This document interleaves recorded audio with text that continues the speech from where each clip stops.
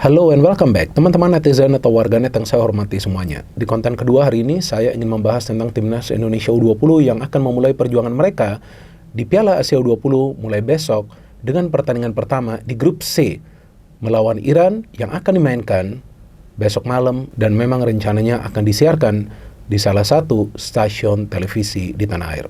Jadi saya harapkan teman-teman bisa menonton pertandingan ini dan memberikan dukungan sebesar 110% kepada para pemain tim nasional Indonesia yang akan berjuang habis-habisan di pertandingan pertama ini.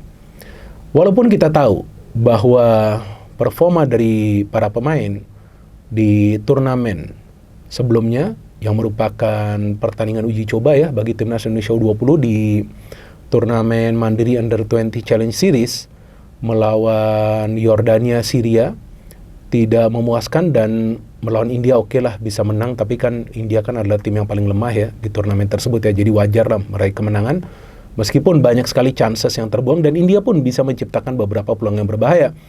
Tapi saya pikir fokus kita harus satu ya, dengan satu tujuan, yaitu untuk mendukung para pemain agar mereka bisa memberikan yang terbaik.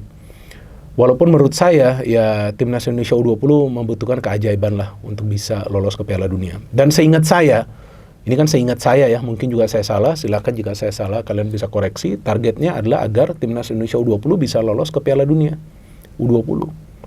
Yang menurut saya adalah target yang sangat tinggi dengan kualitas materi pemain yang sekarang berada di dalam skuad.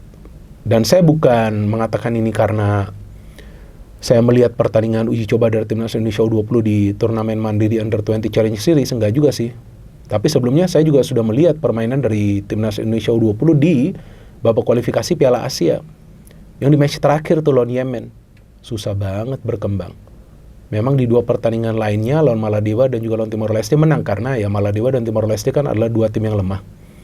Tapi lawan Yaman itu menurut saya beruntung juga bisa mendapatkan hasil imbang. Sehingga loloslah sebagai juara grup kan ke Piala Asia U20. Itu beruntung banget. Dan kelihatan lah bahwa tim ini digendong oleh Jan Schreven yang mencetak gol demi gol ya bagi Timnas Indonesia U20. Meskipun ya kita tahu lah sepak bola itu teamwork, tapi kalau gak ada Jan Schreven saya gak yakin Timnas Indonesia U20 ini lolos ke Piala Asia ya. Kalau itu menurut saya, karena saya melihat peran dari pemain keturunan ini sangat besar lah bagi Timnas Indonesia U20. Sama juga saya melihat seperti Welber Jardim ya, pada saat dia bermain di tengah, aduh luar biasa kreativitasnya. Dan sayang Dion Marks dan juga Tim Gepens gak keburu untuk bermain di Piala Asia U20 ini. Tapi sebetulnya ada juga pemain-pemain bagus di skuad ini, meskipun saya belum melihat mereka bisa bermain secara konsisten. Dan saya melihat kekuatan utama itu atau pemain-pemain yang lebih matang itu berada itu di lini pertahanan dengan adanya Iqbal, Kadek Arel dan juga Alvarezi Buffon. Kiper menurut saya Ikram masih ngeri-ngeri sedap lah. Ya, masih ngeri-ngeri sedap. Kalau dapat banyak percobaan akan berat lah bagi dia untuk melakukan banyak save, karena memang mayoritas dari para pemain yang berada di dalam skuad Timnas Indonesia U20 juga tidak mendapatkan menit bermain yang cukup di level klub, bos. Gimana caranya mereka bisa bermain konsisten bagi Timnas Indonesia U20? Berat lah. Jadi saya pikir kita juga perlu memaklumi kesulitan dari para pemain. Tetapi mereka harus bersatu di atas lapangan. Terus gimana caranya bisa bersatu? Dengan yang namanya taktik. Maka itu beberapa kali saya kritisi taktik dari Indra Safri, karena kelihatan para pemain itu hanya mengandalkan skill individu mereka. Tapi saya nggak ngelihat yang adanya tuh pola. Karena yang saya ngelihat hanya berikan bola ke sayap, sayap kembali ke tengah, kalau nggak bisa kasih bola ke depan, nanti ke belakang, atau nanti kasih long ball. Ya kan, long ball sudah ke sayap, crossing. Lah, kok cara mainnya seperti itu sih? Kenapa sih nggak coba main umpan-umpan pendek? Mungkin karena para pemain nggak bisa. Walaupun di tengah tuh ada Tony Firmansyah, saya suka banget dengan pemain ini ya, fighter dia di tengah. Dan ada Doni Tri Pamungkas juga di sebelah kiri, ada Mufli juga yang menurut saya kemungkinan akan menjadi starter lah di pertandingan pertama ini. Di depan sudah pasti Jan Schreven, mungkin juga Arliansyah. Kita tunggu nanti pilihannya, apakah Ragil juga akan dipasangkan dari awal. Tapi Ragil ini target man juga ya. Nah nanti kita tunggu apakah Ragil dan Jan Schreven yang dimainkan dari awal dengan formasi 3-4-1-2 kan bisa juga. Di belakangnya tuh Arliansyah, tapi Arliansyah juga bermainnya di sayap. Arkan Kakak gak di bawah ya. Ya Arkan Kakak saya pikir gak memuaskan lah performanya ya. Tapi lawan pertama ini Iran, oh berat bos Iran. Iran ini kan adalah tim yang biasa perform juga di level U20, meskipun Kita tahu di Piala Asia U20 sebelumnya mereka hanya lolos ke perempat final, tapi ini adalah tim yang bagus. Pemain usia muda mereka juga berjalan dengan sangat baik di negara mereka. Maka itu timnas senior mereka juga beberapa kali sudah lolos ke Piala Dunia. Ya kan, yang U20 juga kalau nggak salah terakhir itu lolos tahun 2017 ke Piala Dunia. Jadi Indonesia ini berada di grup yang maha berat. Dengan adanya Iran yang di edisi lalu, seperti yang tadi saya katakan lolos ke perempat final. Ada Uzbekistan yang di edisi lalu menjadi juara. Dan kebetulan juga di edisi lalu juga satu grup dengan Indonesia. Dan satu-satunya pertandingan Indonesia kalah di Piala Asia U20 2023 itu lawan Uzbekistan. Kemudian bisa menang di pertandingan lawan Syria kalau nggak salah ya. Atau lawan Irak, kemudian ada imbang. Satu imbang kalau nggak salah lawan Syria, itu lupa saya. Nah sekarang ini bagi Indra Safri nih. Dia juga perlu membuktikan dong bahwa dia bisa meracik taktik. Ada Yaman juga loh. Nah sebenarnya Yaman nih ya adalah tim yang berpotensi lah untuk dikalahkan Indonesia. Tapi gak akan gampang juga. Pokoknya kalau taktiknya gak jalan, jangan harap lah bisa mencetak gol juga. Gak akan bisa. Ini semua nih kalau udah di level Asia, yang bicara itu taktik. Dan gak harus juga sih bermain menyerang. Karena kan ada kepentingan untuk mendapatkan poin di fase grup. Jadi kalau bagi saya teman-teman, jika para pemain ini bisa bersatu dengan rencana permainan, yang penting jangan banyak kesalahan. Banyak kesalahan ini kan biasa dilakukan dari mana? Dari lini pertahanan pada saat mau membagi bola. Nah kalau dari lini pertahanan mau membagi bola saja sudah banyak kesalahan, gimana caranya bisa build up sebuah serangan yang terstruktur? Maka itu lebih banyak bola itu diberikan jauh. Tapi kan nggak efektif juga berikan long ball seperti itu. Cuman hanya Jens Reven yang posturnya tinggi besar kuat, yang bisa menang duel-duel di udara, tapi nanti ada gak pemain lain yang akan bisa melakukan pergerakan cepat? Dan Jens Reven nih pemainnya mobile loh. Bisa bergerak dari sayap juga. Dia bukan saja bisa mencetak gol, tapi dia juga bisa menciptakan peluang.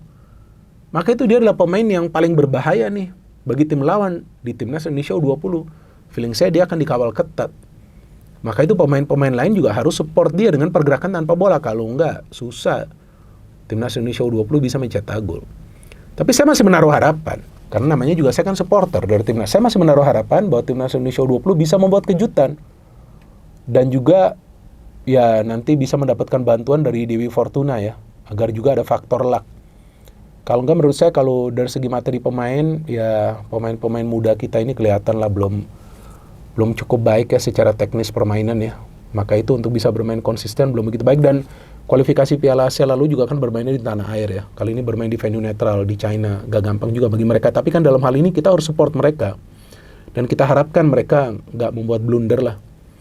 Karena satu blunder saja ini bisa berakibat fatal lawan Iran ya. Yang kita tahu tim yang kita tahu cukup baik lah dalam teknis permainan dan juga dengan fisik yang kuat.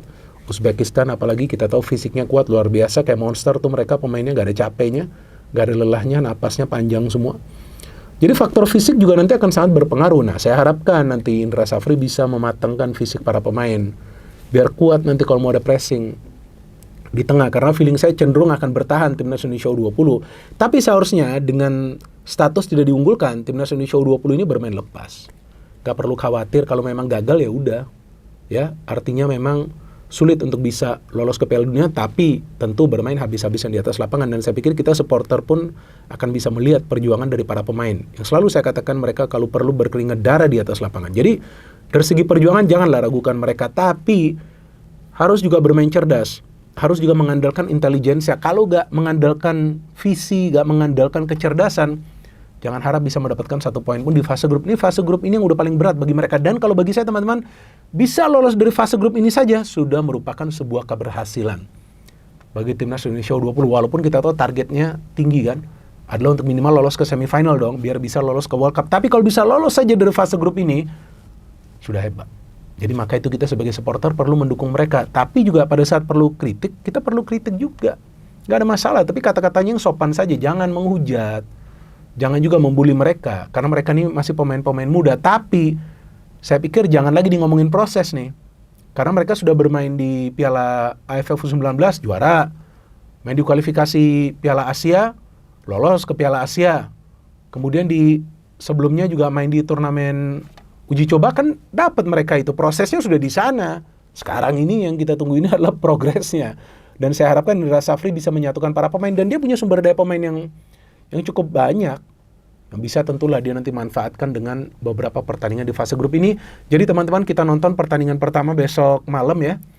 Yang saya harapkan para pemain kita tidak gugup di pertandingan pertama ini, karena kalau mereka gugup, mereka akan cenderung membuat banyak kesalahan.